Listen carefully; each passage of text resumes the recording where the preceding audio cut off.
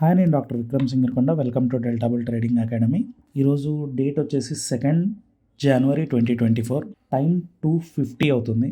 So market ఈరోజు morning open అయిన తర్వాత కంటిన్యూస్గా మనం నెగిటివ్ వైపు చూసినప్పటికీ బయాస్ ఎండ్ ఆఫ్ ది డేకి వచ్చేప్పటికి మళ్ళీ బయాస్ వచ్చేసి 90 స్టాక్స్ పాజిటివ్గా, 97 స్టాక్స్ వచ్చేసి నెగిటివ్ వైపు, అంటే ఆల్మోస్ట్ న్యూట్రల్ వైపు వచ్చేసింది.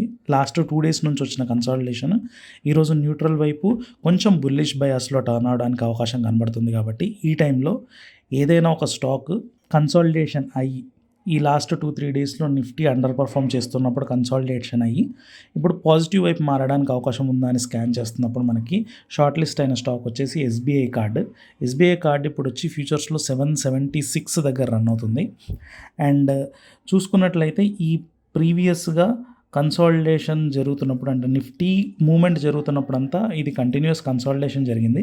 కానీ ఆ టైంలో ఉన్న షార్ట్స్ అన్నీ కూడా అన్వైండ్ అవ్వడం మనం గమనించవచ్చు. అన్వైండ్ అయిన తర్వాత లాస్ట్ 2 డేస్లో వచ్చేసి మనకి లాంగ్స్ బిల్డ్ అయ్యాయి.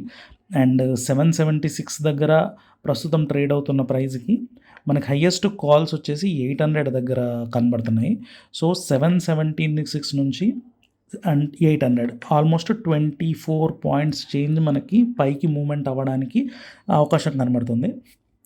దాంతోపాటు పీసీఆర్ చూసుకున్నట్లయితే మీకు లాస్ట్ కన్సాలిడేషన్ అవుతున్నప్పుడు అంతా కంటిన్యూస్ పీసీఆర్ రైజ్ అయింది. పీసీఆర్ రైజ్ అయినప్పుడు ఏంటంటే మనకి 2 ఆస్కారాలు ఉంటాయి. ఒకటి, మార్కెట్ పడిపోదు అనే ఒక కన్ఫర్మేషన్, అండ్ మార్కెట్ పెరుగుతుంది అనే ఒక కన్ఫర్మేషన్. ఈ రెండిట్లో ఏదో ఒకటి జరగడానికి అవకాశం ఉంటుంది. ఎందుకంటే పుట్స్ ఎప్పుడైనా మార్కెట్ స్ట్రాంగ్గా ఉంది, ఇక్కడ నుంచి పడిపోదు అనే కాన్ఫిడెన్స్ ఉన్నప్పుడు మాత్రమే పుట్స్ రాయడం జరుగుతూ ఉంటుంది. కాబట్టి పీసీఆర్ పెరిగింది అంటే ఇక్కడ హెవీగా పుట్స్ బిల్డ్ చేశారు అప్పుడు.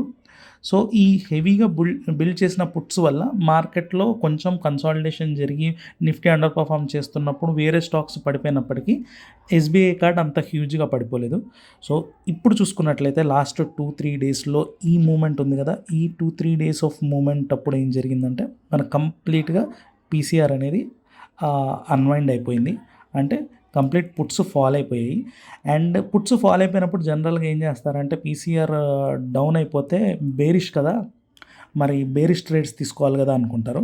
కానీ కాంట్రరీలో ఏం జరుగుతుందంటే ఎప్పుడైనా పీసీఆర్ ఇంతకుముందు అందరూ ఉన్న ఇది ఉంది కదా, బిల్డ్ చేసుకున్న పొజిషన్స్ ఇవి బుక్ చేసుకున్న తర్వాత ఆల్మోస్ట్ ప్రీవియస్ డాటా మీరు చూసుకున్నట్లయితే ఇది 3 months డాటాలో ఎప్పుడు కూడా ఇంత లోకి రాలేదు మీకు. సో ఈరోజు పీసీఆర్ అనేది చాలా లోయెస్ట్ లెవెల్లో ఉంది. దగ్గర 29% ఆఫ్ కరెక్షన్ జరిగింది పీసీఆర్లో.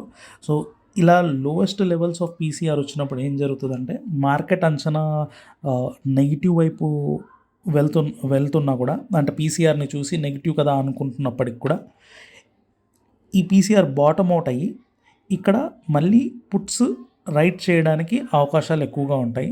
సో ఇక్కడ టర్న్ అరౌండ్ రావడానికి అవకాశాలు ఉంటాయి. సో 776 దగ్గర ట్రేడ్ అవుతున్న స్టాకు, అండ్ పైగా లాంగ్స్ బిల్డ్ అవుతున్నాయి, వాల్యూమ్స్ ఇంక్రీజ్ అయ్యాయి. ప్రీవియస్ సెషన్స్తో పోల్చుకున్నట్లయితే వాల్యూమ్స్ కూడా యావరేజ్గా ఇంక్రీజ్ అవ్వడం మనం గమనించవచ్చు. సో ఇక్కడ బుల్లిష్ కన్వర్షన్ అవ్వడానికి అవకాశం ఉంది. నెక్స్ట్ రన్ మేబీ నెక్స్ట్ 3-4 డేస్లో నిఫ్టీ కనుక బుల్లిష్ వ్యూ కింద మారినా, ఒకవేళ ఇదే కన్సాలిడేషన్ ఉన్నా కూడా నిఫ్టీ కన్నా ఎక్కువగా అవుట్ పర్ఫామ్ చేయడానికి ఎస్బీఐ కార్డుకి అవకాశం ఉందని మనం ఈ డాటాతోటి చూడొచ్చు.